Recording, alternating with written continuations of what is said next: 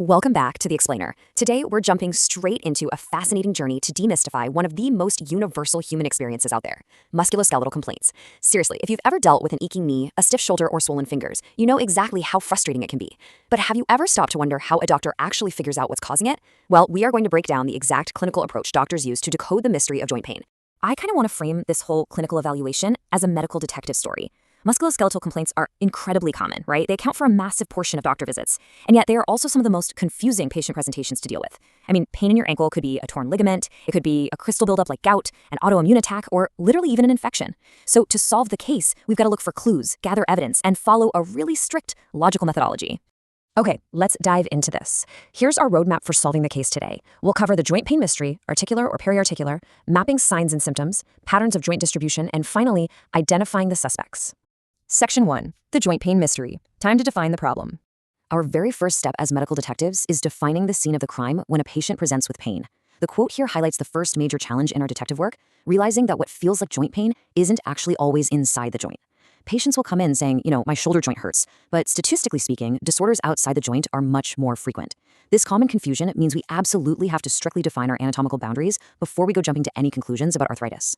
Section 2. Articular or periarticular. Setting up our two primary territories.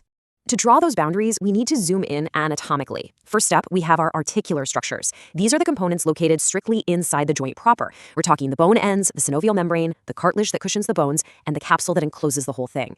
On the flip side, we have the periarticular anatomy. The prefix peri means around. So these are the supporting structures that surround and move the joint. Things like the tendons, fluid-filled bursae, ligaments, and muscles. So the crucial takeaway here is that correctly identifying the anatomical origin of the pain completely changes our list of suspects. If the crime happened inside the joint capsule, an articular complaint, we're looking at suspects like osteoarthritis or rheumatoid arthritis. But if it happened outside the capsule, a periarticular complaint, we're suddenly looking at things like bursitis, tendinitis, or muscle strains. Section 3, mapping signs and symptoms. Let's gather some physical clues. Now, how do we actually tell these two apart in a living, breathing patient? Let's map out the common signs and symptoms. Notice how cleanly they separate the two conditions.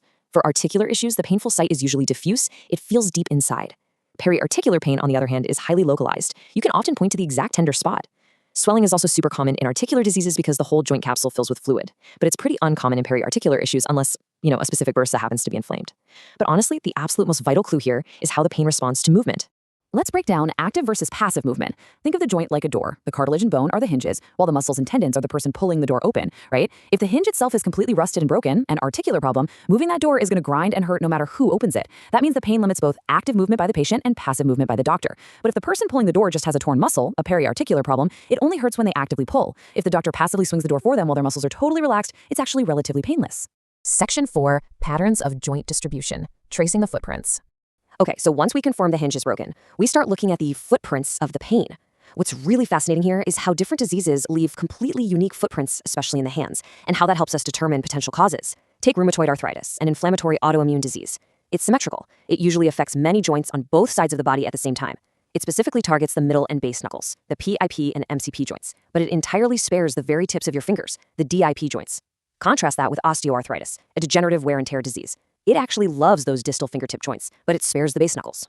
Think about how that wear and tear footprint actually plays out in the body. Because osteoarthritis is fundamentally a mechanical, degenerative issue, its footprint heavily targets the weight-bearing joints that literally take the most physical stress over a lifetime. You'll see it localized in the lower lumbar vertebrae, the hips, the knees, and the base of the big toe.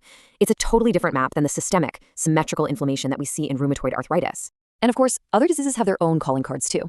Crystalline dysarthritis, like gout, typically strikes just one joint at a time, very often the big toe, in a really acute, explosive manner. Ankylosing spondylitis heavily targets the axial skeleton, meaning the spine and pelvis. Psoriatic arthritis hits those fingertip joints, but often brings along skin psoriasis and really specific changes to the fingernails. So let me ask you a quick diagnostic question. If a patient presents with asymmetrical pain solely in their lower limbs following a recent infection, what should we suspect? Reactive arthritis would be right at the top of our list. Section 5. Identifying the suspects. Catching the culprit. So we've gathered all our evidence, we've tracked the footprints, now we put it all into our master algorithm to catch our culprit. It might look a little intense at first glance, but it's actually incredibly elegant. It shows exactly how doctors use branching logic to narrow down from a super broad, vague complaint to a highly specific diagnosis. Notice the very first questions being asked. Is it articular? Is it acute or chronic? Is inflammation present?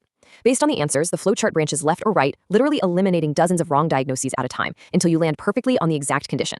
And this brilliantly illustrates the ultimate step-by-step approach. Step 1, check the chronology. Did this start 3 days ago or 3 months ago? Step 2, identify inflammation. Is the joint warm, swollen, and stiff for hours in the morning? Step 3, count the joints and check the symmetry, just like we did with RA and OA. And step 4, look outside the joints. Does the patient have a rash or eye inflammation? By methodically answering these 4 questions, our medical detective brings the true suspect right out into the light.